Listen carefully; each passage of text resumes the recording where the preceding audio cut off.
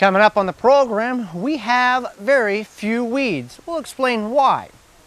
And it's time to start topping our Brussels sprouts. All that and more coming up today on the Wisconsin Vegetable Gardener.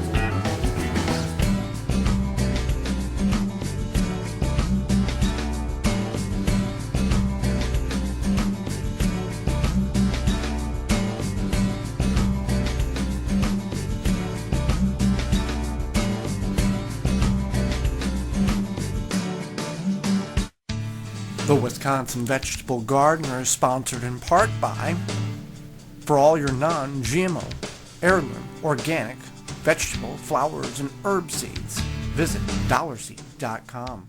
Sioux Growing Supply, located in Wausau, Wisconsin, focusing on certified leaf compost, an excellent amendment for poor soil. With their new garden blend, improving soil structure in clay and sandy soil, great for creating new garden beds. Also available from Sioux's, pre-filled trays and pots with professional potting soil mix or organic rice hull-based potting soil mix. Bag and bulk of certified leaf compost also available. Visit SiouxGrowingSupply.com. Don't poison your soil with municipal water. Attach a body, mind, and soil hose and filter.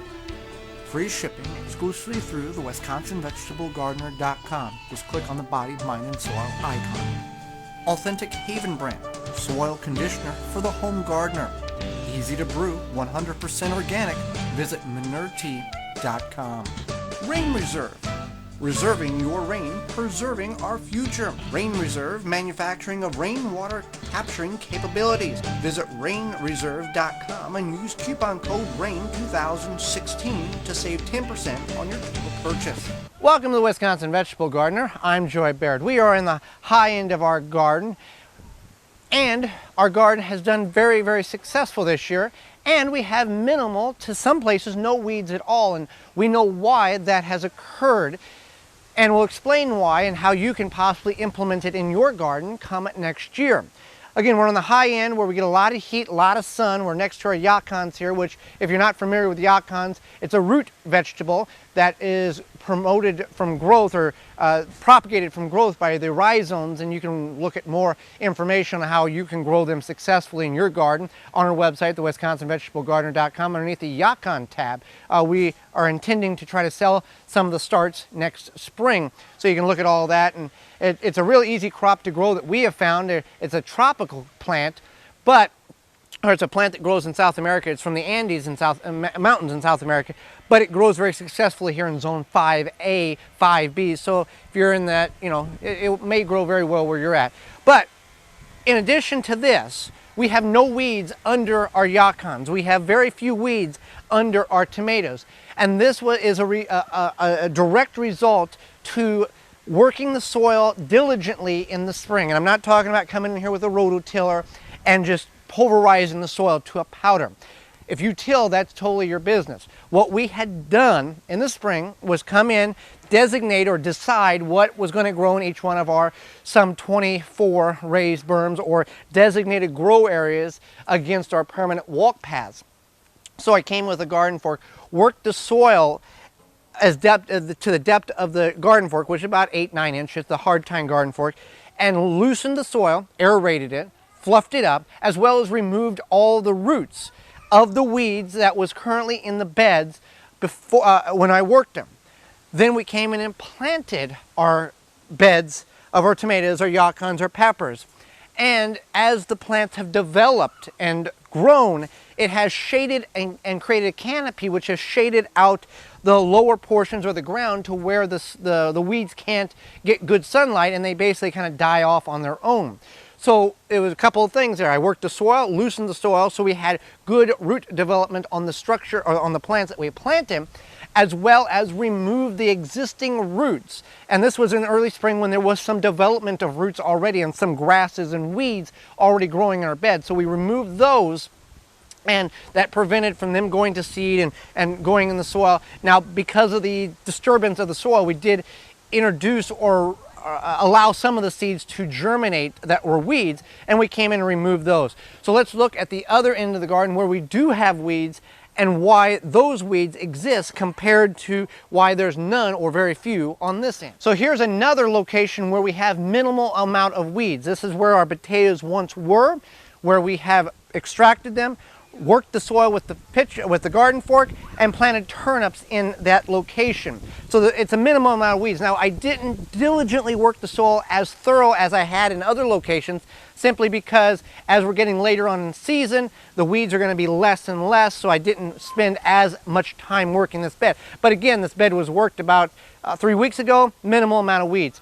To the side of it where this cucumber trellis is, the cucumbers have grown very well and are, again, using a canopy of growth to shade out the ground. Now, one thing we did experiment with was, in amongst the cucumbers, we did plant a number of tomatoes and allow them just to, wrap themselves, or we wrapped them around the string.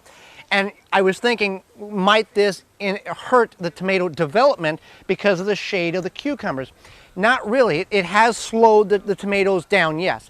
But the tomatoes and the cucumbers were growing at about the same rate, to where the tomatoes could expand out and get the sunlight required to at least produce some fruit. And we've got, poundages off these 5 tomatoes, in addition to a number of cucumbers that have developed. So intermingling 2 crops underneath the trellis does kind of work. We do have some peppers back here that didn't do as successful, but the tomatoes and the cucumbers growing together in one lump sum really has worked well. As an addition to a form of non-weeding, but mulch, we use cardboard there to suffocate out or smother out a majority of the weeds that were going to grow where our squashes, our winter squash, and our melons are going to grow. Back here, the cardboard ran out, and that's why we have such a mess of weeds. And this is what that would look like if that cardboard wasn't down. Now we'll look at a spot on the far back side where we didn't do any weeding at all, and so these are the back side of the large garden here,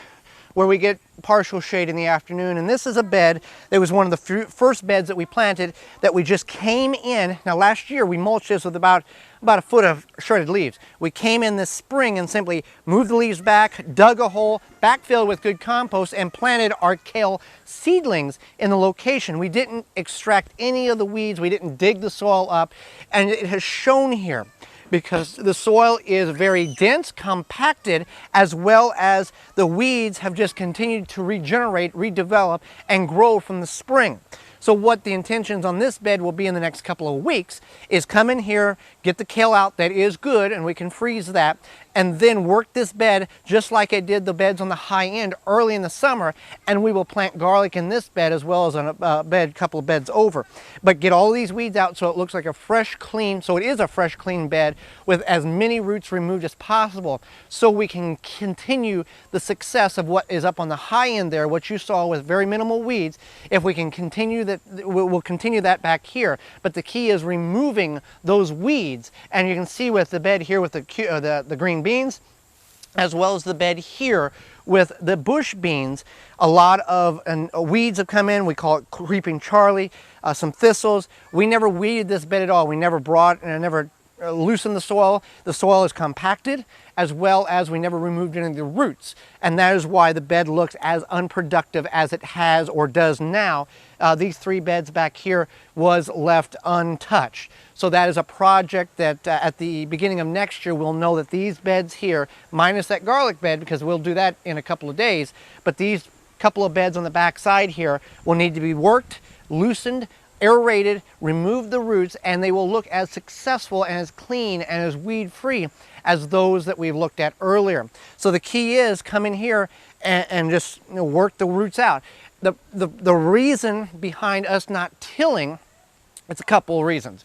1, you have to either rent or purchase a tiller. 2, you have to purchase the fuel for the tiller. 3, it can damage the soil web to the point where, as the tines are rotating, it is tearing the roots of the weeds that are existing already. Many of the roots of the weeds will propagate from very small fragments of the roots. So at the time of tilling, as we till and cut the roots up, it's distributing the roots among the bed, and you're basically replanting the weeds over and over again. So what may look minimal to start with, you take the tiller and you till it up. couple of weeks later, you've got triple or quadruple the amount of weeds that you did have before because of the cutting up of the roots. So that's the reason why we do not till. We simply take a fork, come in here, remove the roots, and then work it very diligently. This bed here, 3 foot by 10, maybe it'll take half hour, 45 minutes to do. So remove the weeds, allow the plants to have good structure and growth and loose soil, and they will prevent the weeds from growing throughout the summer. So we've grown these carrots in this, what is it, a 5-gallon grow bag from Root Maker, Root Trapper 2. Just put some carrots in here, and we covered them during the time of the first week to get better germination rate on them. And then we cover them just with a board or a piece of any material to keep the moisture down and closer to the seed so the germination rate would be higher. These have been in here for a while, and you can tell that they're piercing through the top of the soil here.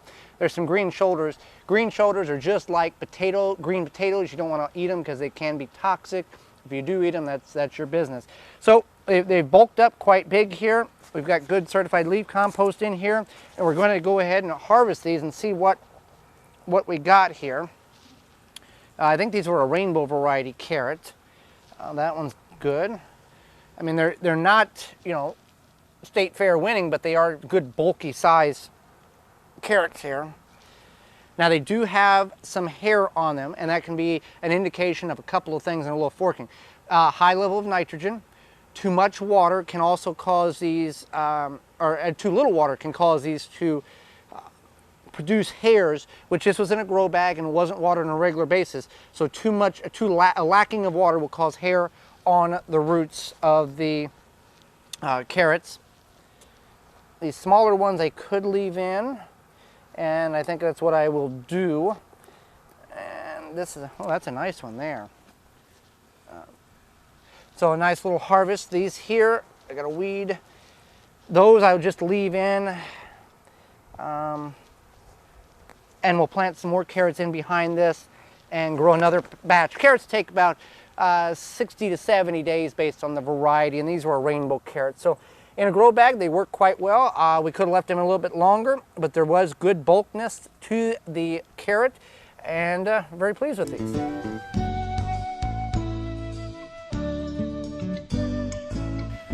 So we're in our Brussels sprout patch here, and if you follow the program early this spring, we only committed to about 3/4 of a bed here, and we did 4 tomatoes in the back because we've had moderate success with Brussels sprouts. Well, we've planted 6 plants here, and all but the one up here, which this is the weediest patch of all of them, this one has not done very well at all. It almost has created a sprout on top.